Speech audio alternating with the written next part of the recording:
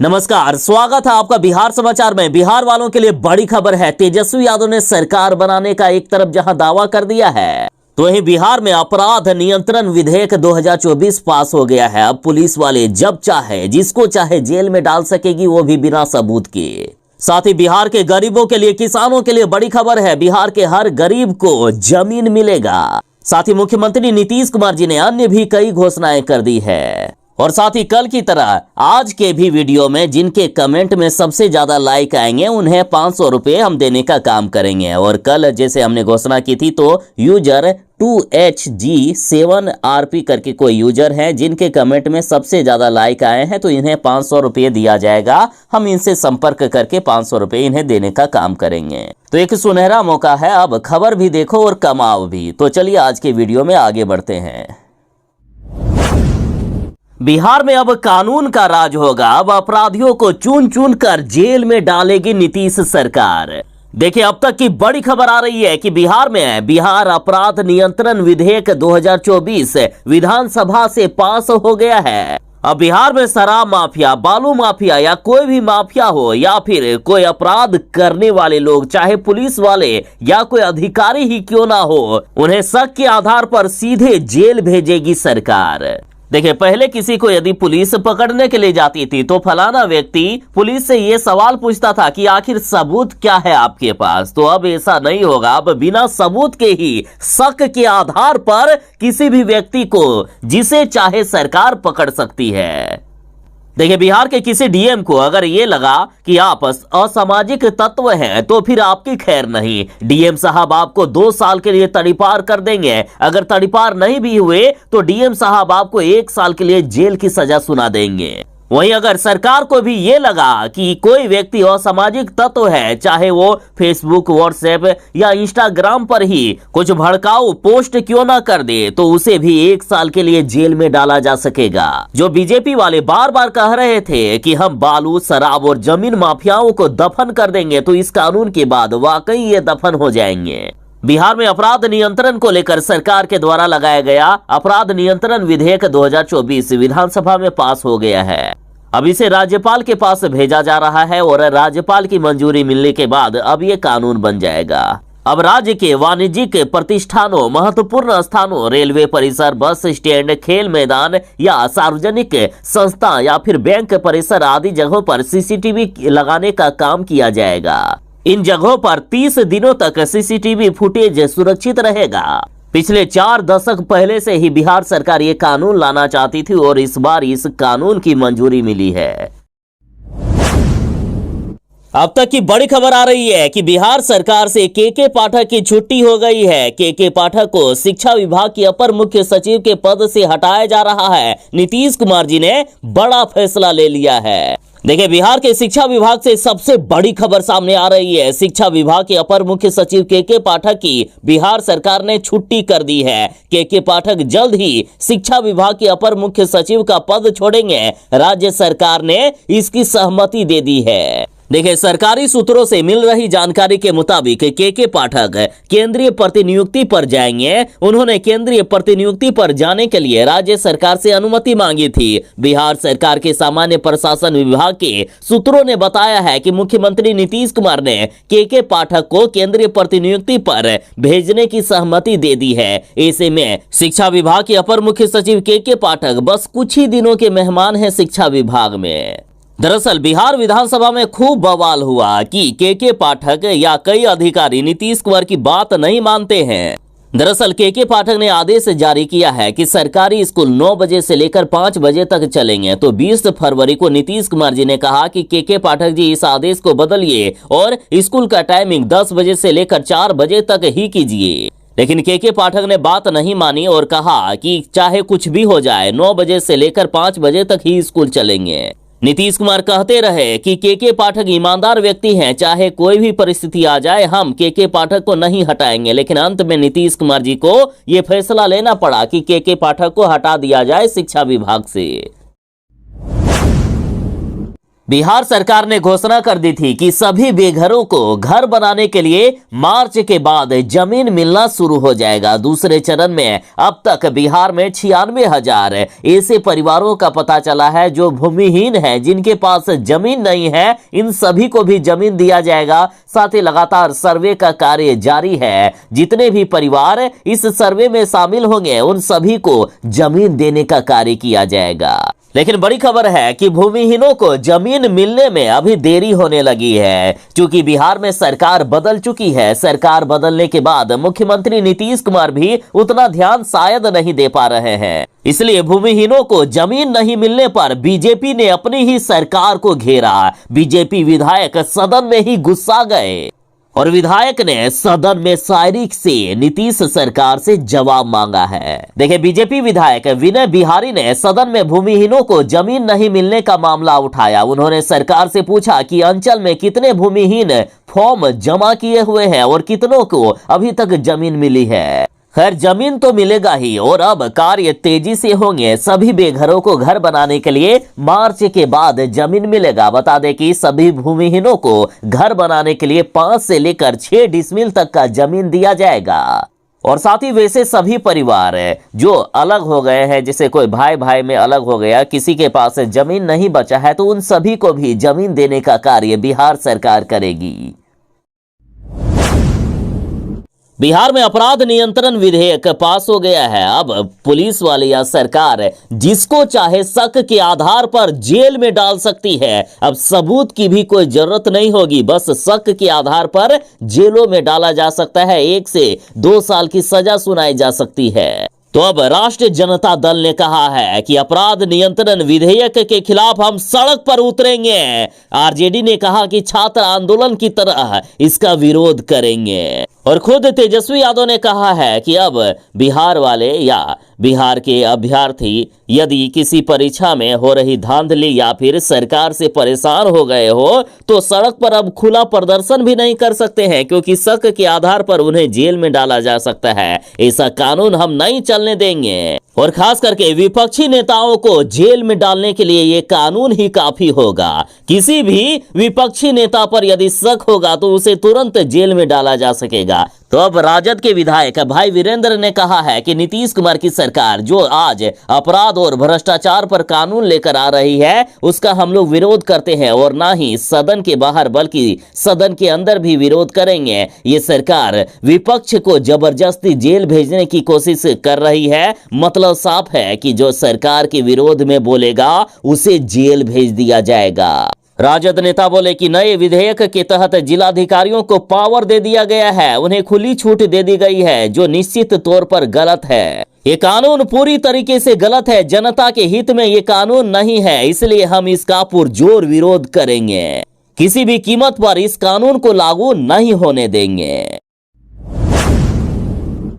तीसरे चरण की शिक्षक बहाली के लिए परीक्षा की डेट की घोषणा कर दी गई है। देखिए, बिहार में तीसरे चरण की शिक्षक नियुक्ति के लिए आगामी 15 और 16 मार्च को परीक्षा 2 पालियों में आयोजित की जाएगी। और रही बात एडमिट कार्ड की, तो परीक्षा को लेकर जल्द ही एडमिट कार्ड जारी कर दिया जाएगा। शिक्षक अभ्यर्थी bpsc.bih.nic.in पर जाकर अपना एडमिट कार्ड डाउनलोड कर सकेंगे। और हाँ, तीसरे चरण की शिक्षक बहाली में भी सप्लीमेंट्री रिजल्ट का कोई प्रावधान नहीं है। परीक्षा में एक ही पेपर होंगे। 2.5 घंटे की परीक्षा ली जाएगी, जिसमें से भाग 1 में भाषा, भाग 2 में सामान्य अध्ययन और भाग 3 में संबंधित सब्जेक्ट का एग्जाम होगा। भाषा क्वालिफाइंग विषय होगा, जिसमें से 30 अंकों के 30 सवाल पूछे जाएंगे। वहीं सामान्य अध्ययन के 40 अंकों के 40 सवाल होंगे, जबकि जिस विषय के आप शिक्षक बनेंगे उस विषय के 80 अंक के 80 सवाल पूछे जाएंगे। तीसरे चरण की शिक्षक बहाली में भी नेगेटिव मार्किंग नहीं होगी। अब बाबा रामदेव भी तेजस्वी यादव के फैन हो गए हैं। कहा कि जिस तरह से तेजस्वी यादव के पीछे जनता पागल है, जिस तरह से तेजस्वी यादव के दीवानी हो गई है बिहार की जनता, लाखों लाख बिहार की जनता, चाहे तेजस्वी यादव जिस भी जिले में जा रहे हैं तेजस्वी यादव को सुनने के लिए आ रहे हैं। तो रामदेव बाबा बोले कि मैं तेजस्वी यादव का फैन हो चुका हूं। ऐसी जनता की दीवानगी हमने पहले कभी नहीं देखा है। दरअसल बाबा रामदेव ने एक टीवी चैनल से बातचीत में तेजस्वी यादव की जमकर तारीफ कर दी है। बाबा रामदेव ने कहा कि आजकल तेजस्वी सही योग कर रहा है। मुझे पक्ष विपक्ष नहीं बल्कि निष्पक्ष रहना है। मैं ना किसी की निंदा करने आया हूं और ना ही स्तुति करने आया हूं। तेजस्वी जिस तरह से बिहार में निकला है, लाखों लोग उस लड़के को सुनने आ रहे हैं। मैं तो ये चाहता हूं कि प्रधानमंत्री नरेंद्र मोदी खुद कहते हैं कि सत्ता पक्ष के साथ खुद विपक्ष भी मजबूत होना चाहिए, और जिस तरह से तेजस्वी यादव ने मजबूती दिखाई है, वाकई अब बिहार का उद्धार हो जाएगा। देखिए, तेजस्वी यादव जन विश्वास यात्रा पर हैं। जिस भी जिले में तेजस्वी यादव जाते हैं वहां जनता का जन सैलाब इस कदर उमड़ता है कि पूरा जिला जाम हो जाता है। यदि तेजस्वी यादव का कार्यक्रम वहां 12 बजे दिन के होना और तेजस्वी यादव रात के 12 या 2 बजे भी पहुंचे तो जनता जरा सा भी टस की मस नहीं होती है, बल्कि भीड़ और भी ज्यादा बढ़ती जाती है।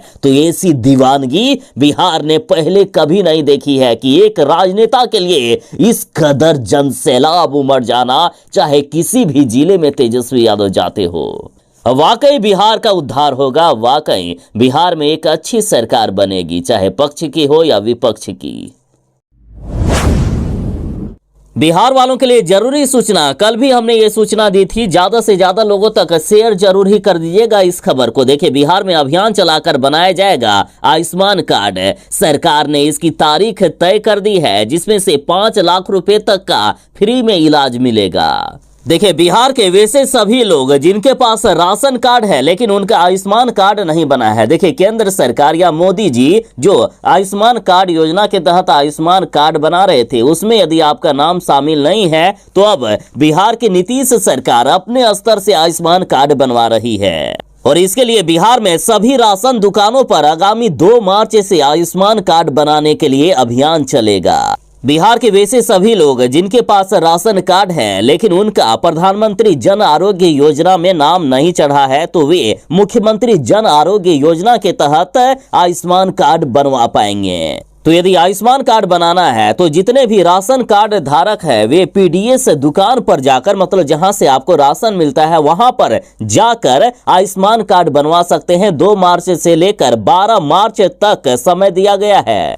तो अपना आधार कार्ड, पैन कार्ड और जरूरी डॉक्यूमेंट लेकर पीडीएस की दुकान पर चले जाएं। और सुनिए, आयुष्मान कार्ड बनवाने में यदि किसी तरह की कोई भी परेशानी आ रही है तो बिहार सरकार के स्वास्थ्य विभाग के टोल फ्री नंबर 104 यानी 104 पर कॉल कर सकते हैं। अब तक तेजस्वी यादव ने जो अपना शक्ति प्रदर्शन किया है, तेजस्वी यादव के पीछे किस तरह से जनता की दीवानगी देखी जा रही है, ये तो सिर्फ एक ट्रेलर है। तेजस्वी यादव ने कहा कि असली ताकत जनता की 3 मार्च को दिखने वाली है। एनडीए वालों को, नीतीश कुमार जी को 3 मार्च को पता चल जाएगा कि बिहार की जनता आखिर किनकी सरकार चाहती है। जरा बेगूसराय की ये तस्वीरें देखिए। चाहे तेजस्वी यादव जिस भी जिले में जा रहे हैं वहां जन सैलाब उमड़ जा रहा है। जहां तक आपकी नजरें जाएगी सिर्फ लोग ही लोग नजर आएंगे। तेजस्वी यादव के साथ आने को जनता आतुर है। तेजस्वी यादव के पीछे जनता पागल हो चुकी है। तेजस्वी यादव की एक झलक पाने के लिए बिहार की जनता रातों भर इंतजार करने से भी पीछे नहीं हटते हैं। और अब तेजस्वी यादव ने घोषणा कर दी है कि 3 मार्च को पटना में अब तक के सारे रिकॉर्ड टूटेंगे। और अभी ही जिलों में जब तेजस्वी यादव जा रहे हैं यार, रोड शो कर रहे हैं, तो अपार जन समर्थन जिस तरह से मिल रहा है उसको देखते हुए अनुमान लगाया जा सकता है कि 3 मार्च को पूरा पटना जाम हो सकता है। और खास करके तेजस्वी यादव ने तो अभी से भी कह दिया है कि 10 से 15 लाख लोग पटना में एक साथ आएंगे। और सोचिए, जब इतने लोग तेजस्वी यादव के साथ खड़े होंगे तो नीतीश कुमार और बीजेपी के क्या हालात होगी। अभी से ही तो एनडीए वाले अपनी हार देखना शुरू कर दिए हैं। और आखिर हो भी क्यों ना, तेजस्वी यादव ऐसे नेता हैं जो वादा करते हैं उसे पूरा भी करते हैं। तेजस्वी यादव ने वो करके दिखा दिया है जो नीतीश कुमार जी ने 17 सालों में नहीं कर पाए। जिसे नीतीश कुमार जी असंभव कहते थे, तेजस्वी यादव ने 17 महीनों में उसे पूरा करके दिखा दिया। अन्य राज्यों की तरह बिहार का भी जो सपना हुआ करता था जातीय गणना का, उसे तेजस्वी यादव ने यूं ही पूरा करवा दिए। 3 मार्च को जो महारैली होगी उसमें अब तक के सारे रिकॉर्ड टूटेंगे। साथ ही तेजस्वी यादव ने दावा किया कि जल्द ही हम सरकार बना रहे हैं।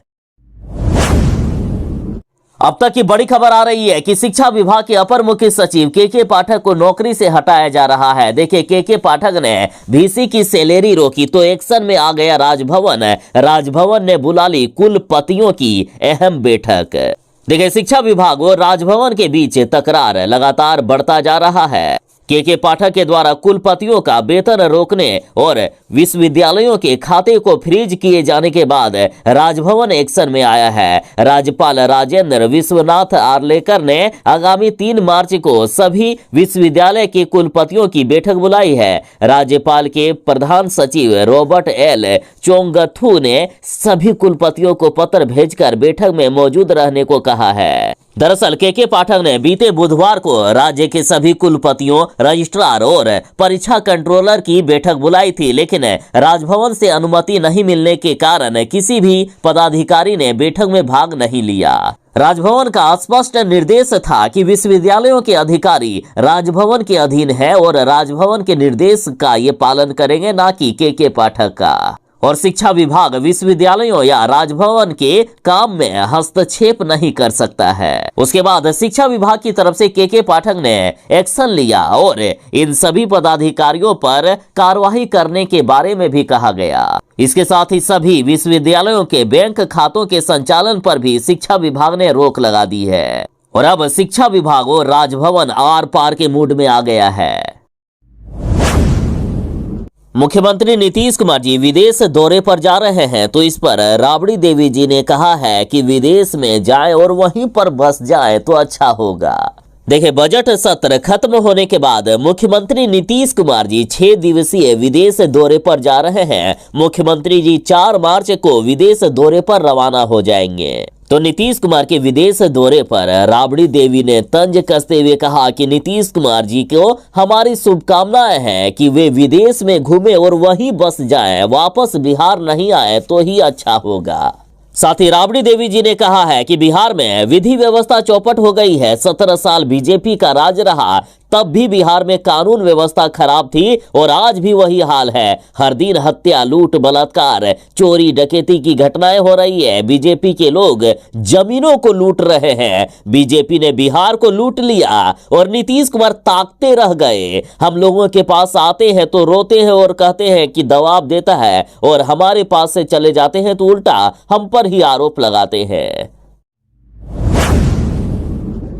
बिहार में आज तेजस्वी यादव की सरकार होती यदि राजद के विधायकों ने तेजस्वी यादव को धोखा नहीं दिया होता। देखिए, नीतीश कुमार के फ्लोर टेस्ट के दौरान नीतीश और बीजेपी के कई विधायक गायब हो गए थे। उस समय आरजेडी के विधायक आरजेडी का साथ छोड़कर चले गए थे नीतीश कुमार जी के साथ। उन्होंने एनडीए का साथ दे दिया था, जिससे नीतीश कुमार जी के फ्लोर टेस्ट का जो परीक्षा था वो पास कर गए नीतीश कुमार जी और बिहार में नीतीश कुमार की सरकार बन गई। यदि आरजेडी विधायकों ने उस वक्त धोखा नहीं दिया होता तो तेजस्वी यादव की आज बिहार में सरकार होती। और इस पर अब राबड़ी देवी ने कहा कि बेशर्म लोगों ने पाला बदला। आरजेडी विधायक के बदलने पर राबड़ी देवी ने कहा कि 10-20 करोड़ रुपए में इन्होंने अपना ईमान बेच दिया। साथ ही राबड़ी देवी जी बोले कि एनडीए वालों ने 10-20 करोड़ रुपए देकर हमारे विधायकों को खरीदने का काम किया। तो इधर तेजस्वी यादव ने भी चुनौती दे दी है कि सही समय पर सबको माकूल जवाब मिलेगा। विधायकों की टूट पर तेजस्वी यादव बोले कि बिहार में जब तक अस्थिर सरकार है तब तक विकास असंभव है। तेजस्वी यादव ने दावा किया है कि जल्द ही बिहार में हम सरकार बनाएंगे और अगले विधानसभा चुनाव में पूर्ण बहुमत की सरकार होगी राजद की। और जिस तरह से तेजस्वी यादव के समर्थन में बिहार की जनता आ रही है, शायद तेजस्वी यादव के लिए ये करना भी मुश्किल नहीं होगा। पिछले विधानसभा चुनाव में ही तेजस्वी यादव ने अकेले अपने दम पर राजद को सबसे बड़ी पार्टी बना दिए थे। खास करके तेजस्वी यादव ने यह दावा किया है कि पिछली बार ही हम सरकार में आ गए थे, हमारे 115 सीटों पर जीत हुई थी, लेकिन एनडीए वालों ने बेईमानी करके हमें कई सीटों पर हरा दिए। लेकिन इस बार हम पूर्ण बहुमत की सरकार बनाएंगे, तेजस्वी यादव ने दावा किया है।